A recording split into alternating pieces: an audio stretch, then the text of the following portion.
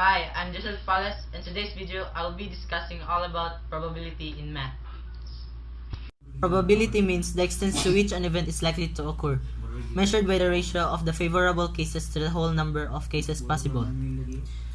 When people buy lottery tickets, the probability of winning is usually stated, and sometimes it can be something like 1 over 10 million people, or even worse. This tells you that it's not likely that you will win. The formula for probability tells you how many choices you have over the number of possible combinations. Probability is equals to possible choices over total number of options.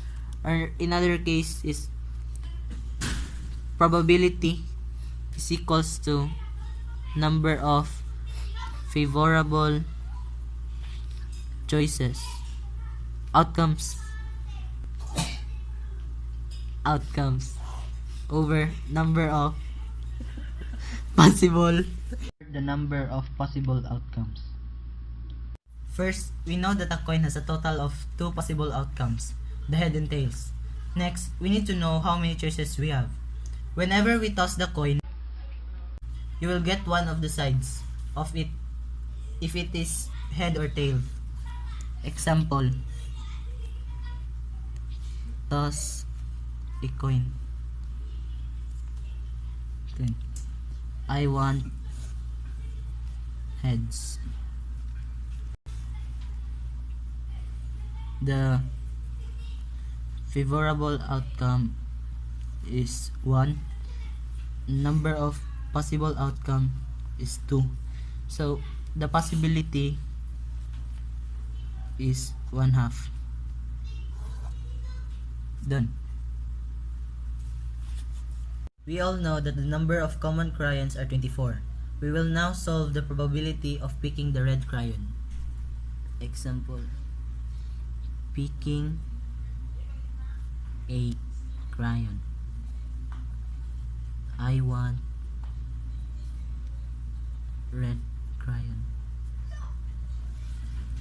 The number of favorable outcomes is 1.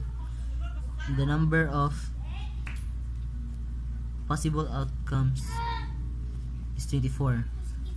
So the probability of picking the red crayon is 1 over 24.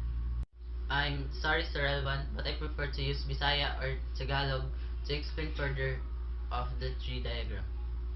For example, 3 coins are tossed.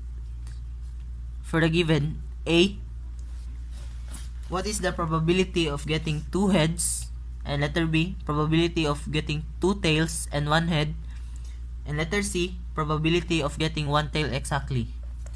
So, dito siya sir, kay 3 coins raman ang gi-toast diya. Muna, 3 ra pud ta kutob. Mo siya H stands for heads and T for tails. Nya, ikatulo raman siya balikon, so mo siya 1 2 3. Ikatulo na siya more siya flow gani siya. Then ansira na to siya diri kay heads heads heads heads heads heads, then heads heads tails, heads heads tails, then heads tails heads, heads tails heads, heads tails tails, heads tails tails, heads tails tails. And for these tails, head for these tails is tails heads heads, tails heads heads, then tails heads tails, tails heads tails, tails tails heads, tails tails heads, and tails tails tails, tails tails tails. So we're going to answer the given A to C. Answer A, the number of favorable outcomes is the number of favorable outcomes. So 2 heads. So diri kay ang imong pangitaon jud diri kay 2 2 heads bawat kwan. So kani siya naman siya tulo ka heads, kani duha ka heads ug one tail. Heads, tails, heads. So na siya duha ka heads, pwede na siya. And so on. Apil there's sa A. Okay, favorable outcomes. 2 heads may ginapangita. So diri sa tinag heads and tails kay night 2 heads. Basta pangitaon lang jud nimo kay na siya 2 heads. Basta na siya 2 heads mo na siya. So 2 heads na siya. Heads and heads. So 1 heads, tails, heads. Duha man ka heads. 2. Then napa jud isa, duha ka heads. So 3. 3 then wala na may duha ka heads diri and so on. Muna 3 ra siya kutob. So ang favorable outcomes kay 3. Nya the number of tupas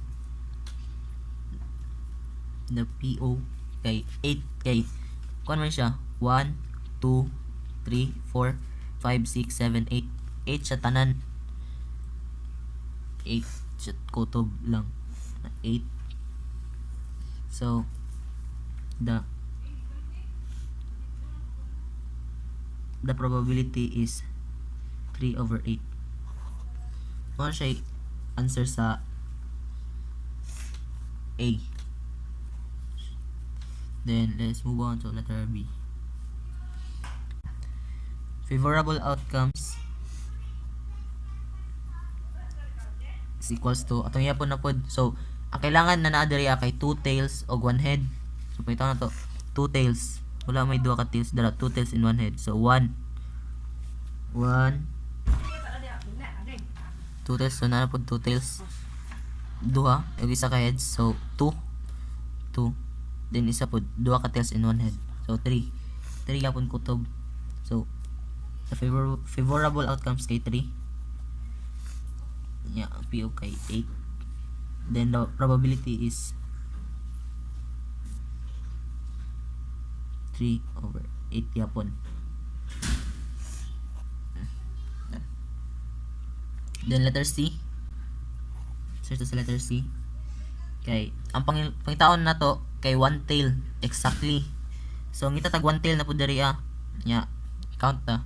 So one tail 1, then one tail na pud 2, then one tail 3. 3 siya kutob. 3 tanan. So the favorable outcomes kay equals to 3.